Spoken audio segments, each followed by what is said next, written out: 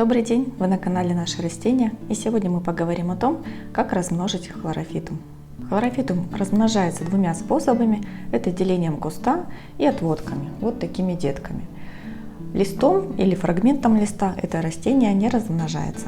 Первый способ – это деление куста. Делают это обычно при пересадке, когда от взрослого растения отделяют столько розеточек, сколько вам нужно. Одну, значит одну, 5. То есть кустик можно разделить пополам, можно на несколько частей, в зависимости от того, сколько там розеток. Второй способ – это укоренение вот таких деток, когда они появляются на растении. На нем я сейчас остановлюсь поподробнее. Первое, что нужно сделать, это отрезать вот эту вечернюю розетку от веточки.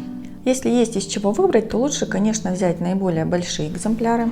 И лучше, конечно, взять не один, а несколько, потому что если будет один, это будет такой очень реденький кустик. Укоренять хлорофитум можно как в воде, так и в грунте. Для укоренения хлорофитума в грунте насыпаем в стаканчик или в горшочек грунт и просто ставим растение сверху на него. После чего поддерживаем грунт во влажном состоянии. Первые несколько раз достаточно просто будет опрыскать верхний слой, а потом уже можно будет поливать. Не самый удобный способ, на мой взгляд, потому что растения ничем не закреплены, их легко можно задеть и сдвинуть с грунта.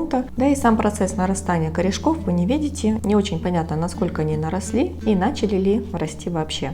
Наиболее быстрый и интересный, на мой взгляд, способ – это укоренение хлорофитума в воде. В прошлом году я укореняла хлорофитумы, ради интереса закрепила их вот на таких палочках, и было очень удобно наблюдать, как растут корешки.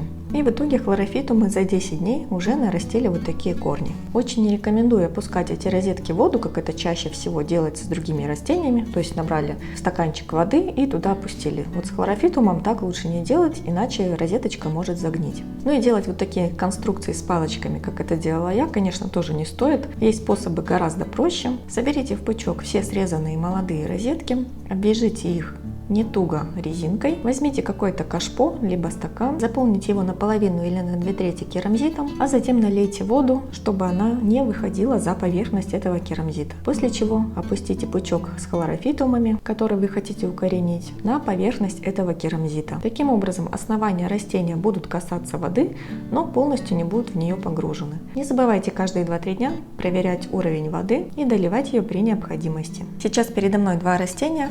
Одно укоренялось в воде, второе в грунте. Давайте сравним и посмотрим, что получилось. Итак, в водичке наросли вот такие корешки за 2 недели. Замечательные, большие, здоровые корни.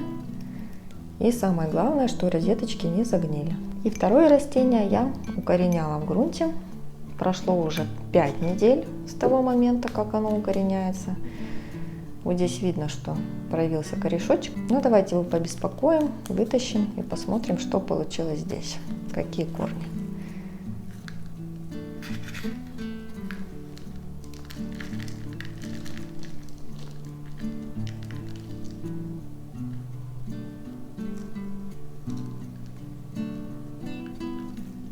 Вот за 5 недель в грунте и за 2 недели в воде. На мой взгляд, в воде намного лучше корешочки, сильнее и быстрее, чем это получилось в грунте. Поэтому я рекомендую укоренять хлорофитум вот таким способом. Грунт для хлорофитума подходит самый обычный, универсальный, что-то придумывать не нужно отдельно. Далее берем наш пучок, разрезаем аккуратно резиночку.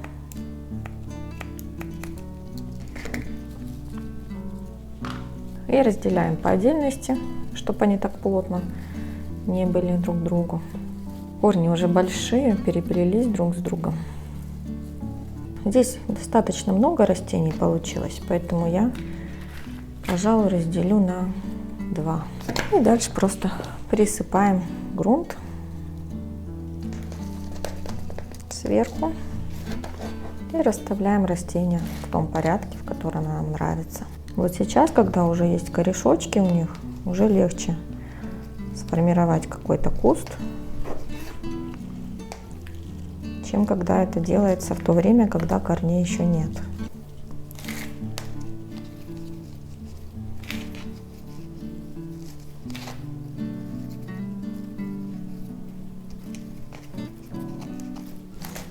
Можно взять горшочек побольше, так как хлорофитум растет очень быстро наращивает свои корни, выпускает новые листья.